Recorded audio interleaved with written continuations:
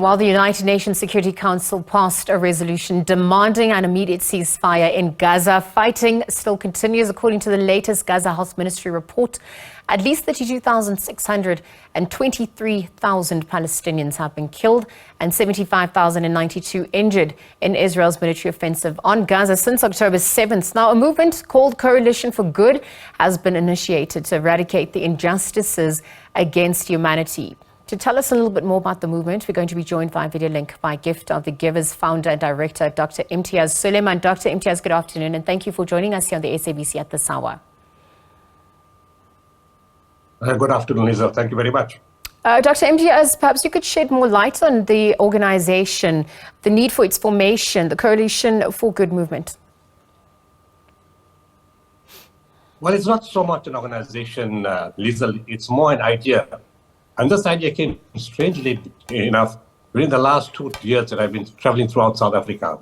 And whenever we delivered, items of brought water, responded to disasters, there's always a discussion about politics, how the country is being run. And then we said, you know what, there's good people across the spectrum, in corporates, in political parties, in government, tribal leaders across the country, community police forums. We have good people everywhere. And we said to fix South Africa, we need the coalition for good.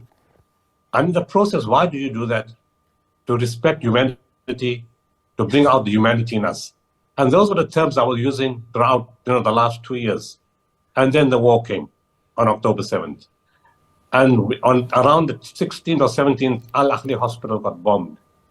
And we kept on being taken back to the fact that the war started on October 7th. And realized that lies, deception, dishonesty has been keeping alive Israel's occupation in Palestine for 75 years. And soon after that point, you saw the people around the world stand up like it's never happened before. So we said, why don't we merge the two ideas? The Coalition for Good, for Humanity, the thought born in South Africa, and apply to the most complex situation in the world right now, where the worst of mankind, the greatest inhumanity is happening right now, where children are being killed, hospitals are being bombed, the water is cut off, electricity is cut off, food is cut off as a means of war, as genocidal behavior. Why don't we combine that? Because you can see the fact that people have stood up all over the world means people are standing for humanity. And to create a universal concept of unity, we came up with this idea, the Coalition for Good, and we did 2 parts. Okay. One is take the Palestinian flag, the symbol of being oppressed and genocide taking place on them, a symbol of suffering and hardship.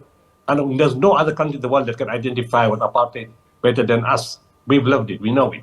So we're kings in this issue. And by taking that flag, we're telling the people of the world, you're not forgetting your own country. Put your own country's flag or the Palestinian flag. People have to go to the website to see it, where we combine, for example, the South African flag and the Palestinian flag, or the British flag and the Palestinian flag, the American flag and the Palestinian flag, and say, I'm a patriot of my country, but I'm a patriot that believes in humanity.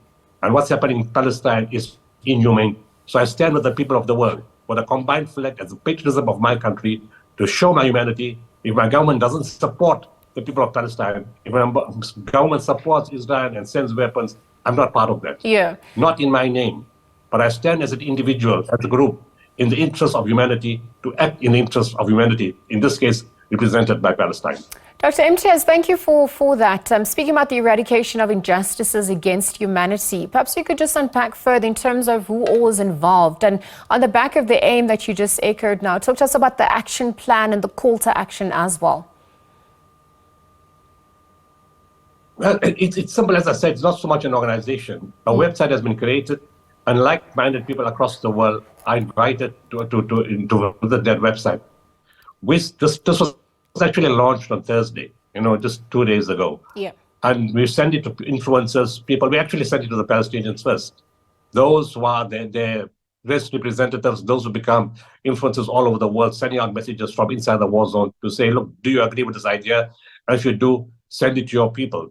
It's to create an awareness from all over the world, and we don't own the concept. We designed it, but it's free for anybody to identify with it all over the world.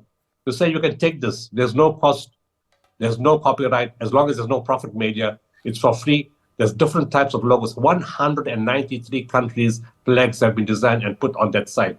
This has taken basically 5 weeks to set up this design, which was a lot of work. And you take the flag, you put it on with the Palestinian flag, you can print T-shirts, everything is there for you. So we're inviting people basically to come help themselves. But there will be information on there. One of the main reasons why Israel subjugated the Palestinians for 75 years was because of deception and lies and propaganda and false information. And in that website, we put in information, Holocaust survivors who talk about, how everything has been misused and misapplied. Jewish people who speak the truth. People from other religions and non-religion who identify and put information that's correct. It's only about truth. And the aim is not to create war. The aim is to prevent this kind of monstrous behavior ever happening again. After the Holocaust, people said, never again. Yeah. But it happened in Iraq.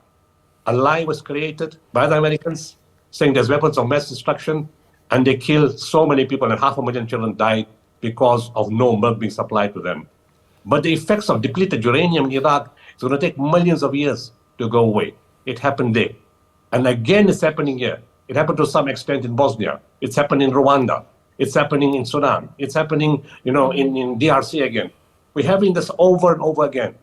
So we said we must create this concept that's not specific to Palestine. Yes, it's starting off with Palestine, simply because as South Africans, we identify with apartheid.